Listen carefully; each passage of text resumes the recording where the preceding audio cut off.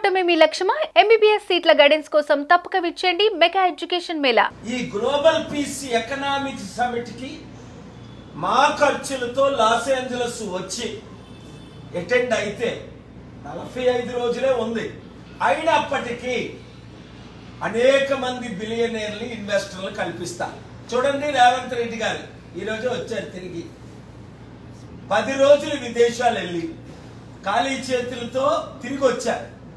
ఏ కంపెనీలైనా అమెజాన్ కానీ, మైక్రోసాఫ్ట్ కానీ, 100 ఐటీ కంపెనీలు కానీ, రియల్ ఎస్టేట్ కంపెనీలు కానీ, ప్రపంచంలో అమెరికాలో ఇన్ని కంపెనీలు ఉన్నాయి.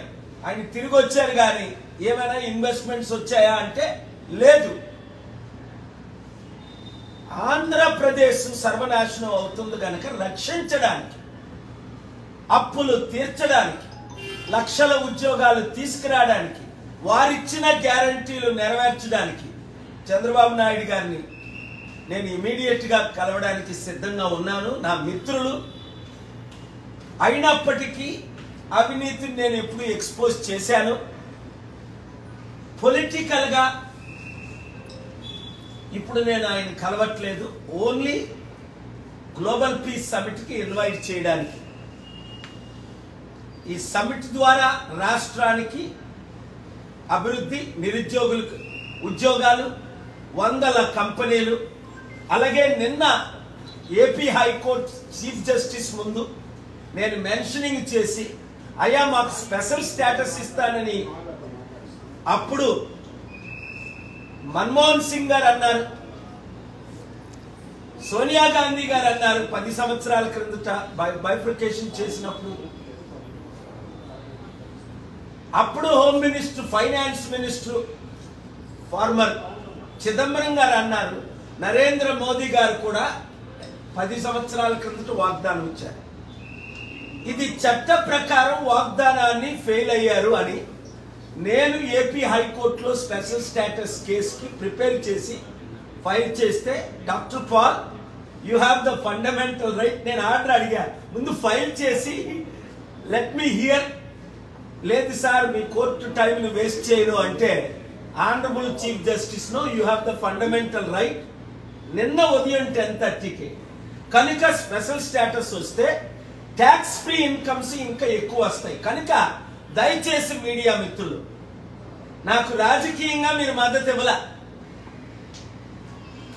ఎప్పుడూ ఇవ్వలే. 2009లో కంటెస్ట్ చేద్దాం అనుకున్నా ఇవ్వలే. 2014లో చంద్రబాబు నాయుడు గారికి, మోదీ గారికి సపోర్ట్ చేసినప్పుడు మీరు బాగా మద్దతు ఇచ్చారు. 2019లో ఇవ్వలా, ఇప్పుడు ఇవ్వలా. మరి ఎందుకో నన్ను ప్రేమించి మీరు నాకు రాజకీయంగా మద్దతు ఇవ్వట్లేదు, నేను రాజకీయంగా రాకూడదని, లేదా నిన్న కాక మొన్న కాంగ్రెస్ లీ మెరిడియన్ ఢిల్లీ హోటల్లో కాంగ్రెస్ లీడరు మల్లు రవి గారు, బీఆర్ఎస్ ఎంపీ లీడర్ రవిచంద్ర గారు అన్నారు, పాల్ గారు మీరు ఎన్నో ఇన్వెస్ట్మెంట్స్ తీసుకొచ్చారు, ఇప్పుడు కూడా అలాగే ఇన్వెస్ట్మెంట్ తెండాలి. నేనేం చెప్పానంటే, ముఖ్యమంత్రులు నాతో వస్తానన్నారు రేవంత్ రెడ్డి గారు, అనేక మీటింగులు పెట్టాను. Amazon CEO Jeff Bezos, Elon Musk CEO Warner, Tesla, అనేక కంపెనీలకు ఓనర్, మనం కలుద్దాం. 1 వీక్ ఆస్టిన్ వెళ్దాం, శాన్ అంటోనియో వెళ్దాం, డాలస్ వెళ్దాం, న్యూయార్క్ వెళ్దాం, లాస్ ఏంజలస్ వెళ్దాం,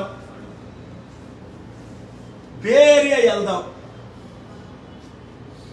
అని మాట ఇచ్చి జనవరి నుండి ఇప్పుడు వరకు రాలే. ఇప్పుడు ఆయనకు అర్థమైంది ఇంకెన్ని ట్రిప్లు వేసినా రాజకీయ నాయకులు ఎవరు నమ్మట్లేదు. చంద్రబాబు నాయుడు గారు ఇక్కడ కౌన్సిలర్ని కలుస్తున్నారు.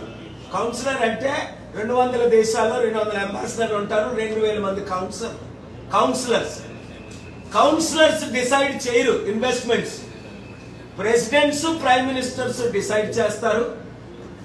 2891 world's richest Forbes billionaires decide చేస్తారు. Hollywood main actors, directors, producers మద్దతు నాకుంది, మీకు తెలుసు, మీరు చూస్తారు. దీని కొరకు చంద్రబాబు నాయుడు గారు తప్పక రావాలి. అక్టోబర్ 1, 2, 3 తేదీలు నాతో అమెరికాలో ఉండాలని మనవి చేస్తున్నాను. మీడియా ద్వారా డైరెక్ట్గా ఆయనకి లెటర్ కూడా పంపించాను. Thank you very much. Suman టీవీలో మీ పర్సనల్ అండ్ బిజినెస్ ప్రమోషన్స్ కోసం కింది నెంబర్కి కాంటాక్ట్ చేయండి.